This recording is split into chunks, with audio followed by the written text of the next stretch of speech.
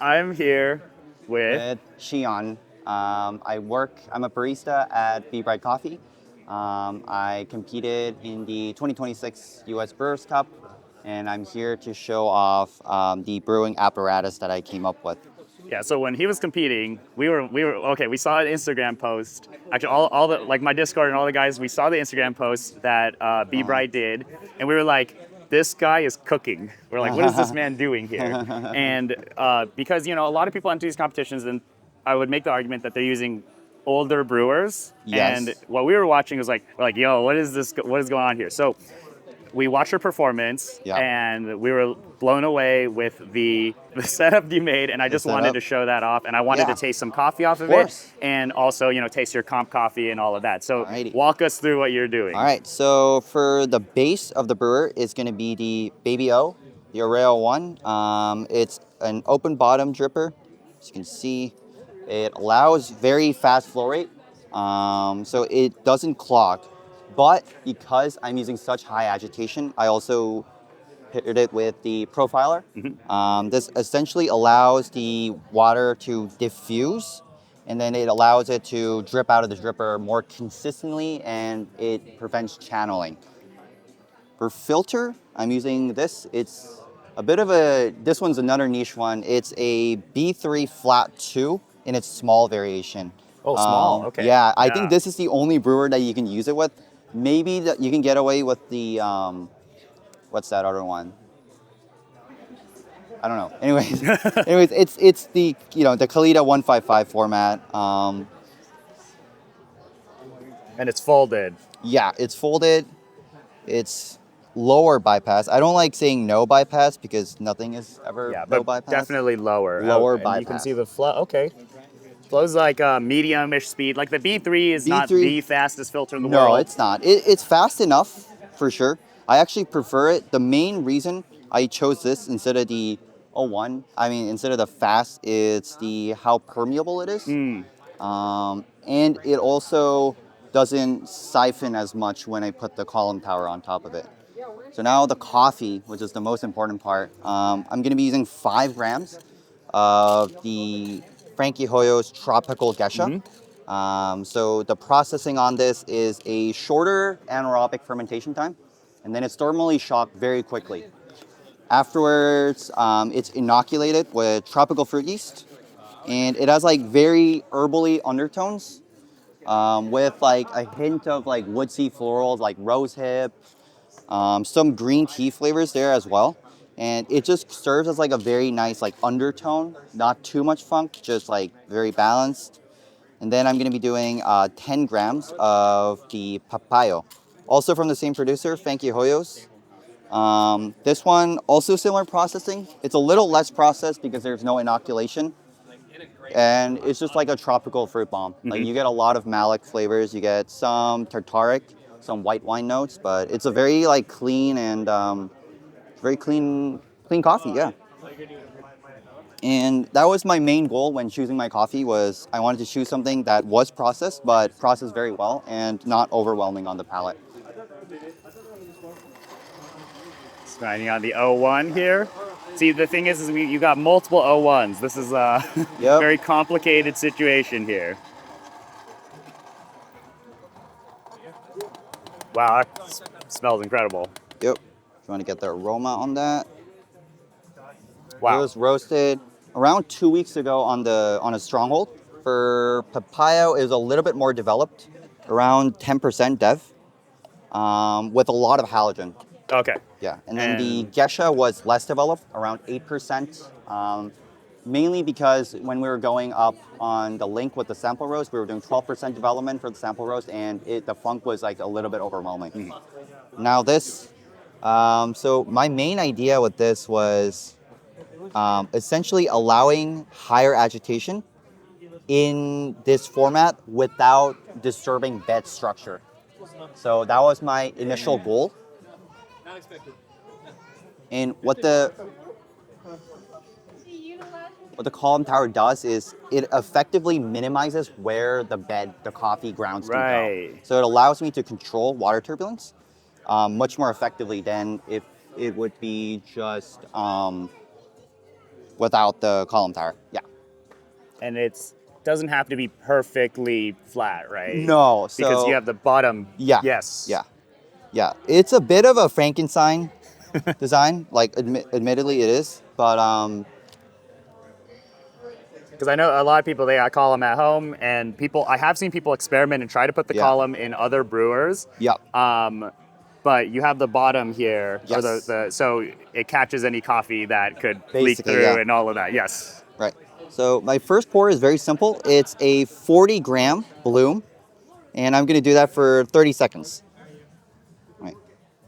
Then How fine were you grinding? I'm grinding, I want to say medium fine, but the Lagome is like, the range isn't very big. It's like very small adjustments throughout. Right.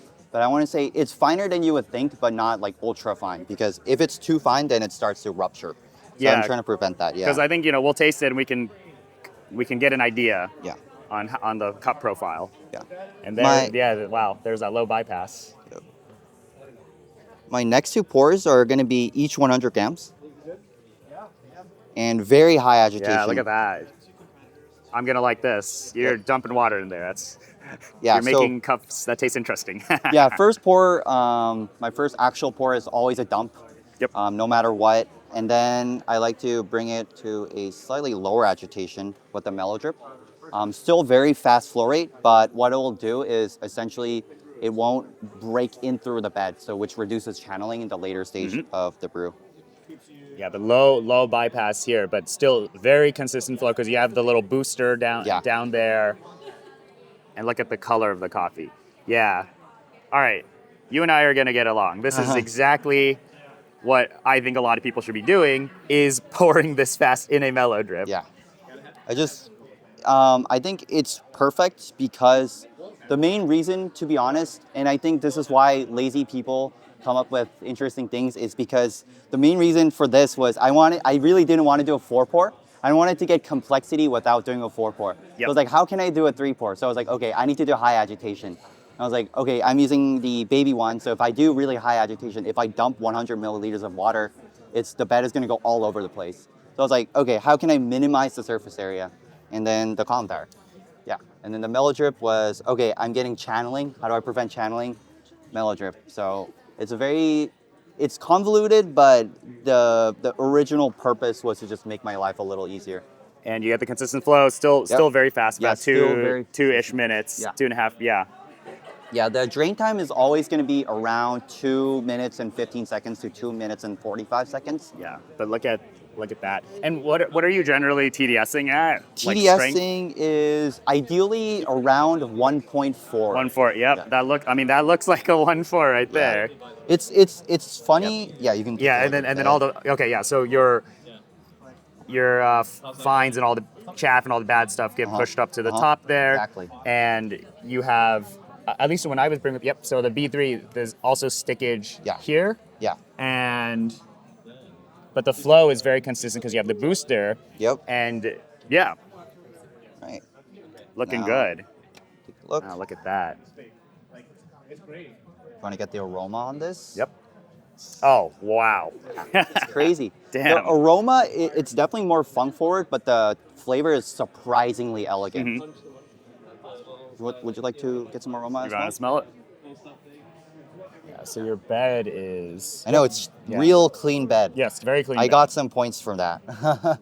I gotta show you my my recipes. I'm 3-pour. I got the setup. Yeah. All right, let's taste it. Alrighty. Here you go. Right. That is low bypass. But let's Here you see. Thank you. Of course. See how this tastes. All right. All right, let's see how this tastes. I'm gonna take a sip as well. Take a sip. Now that you mention it, I do see it right.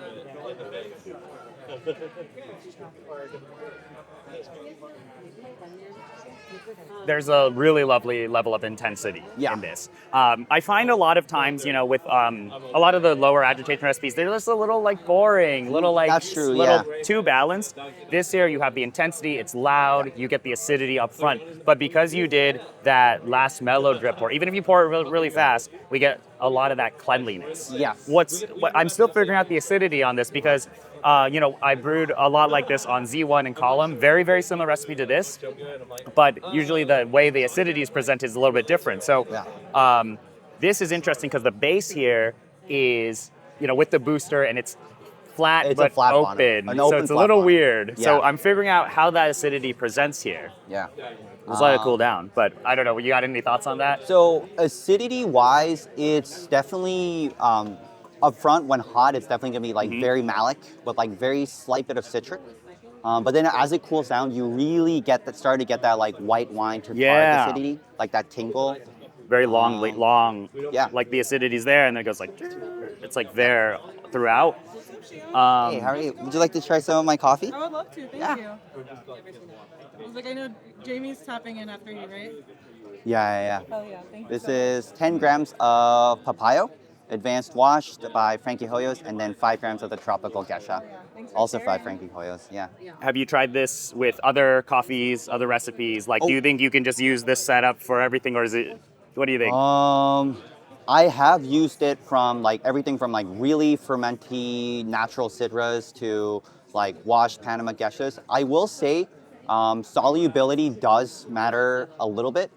Like maybe for like ultralights and for coffee you have to go like really fine. I would. But you can, and you won't really stall because you have the booster at the bottom. So for anyone who's an extraction junkie, it is possible to push coffees very, very hard. Would you like to try some as well? You're already in like the 1.4 world, which Yeah. is pretty high strength, I would say, for a lot of people. Yeah, 1.4.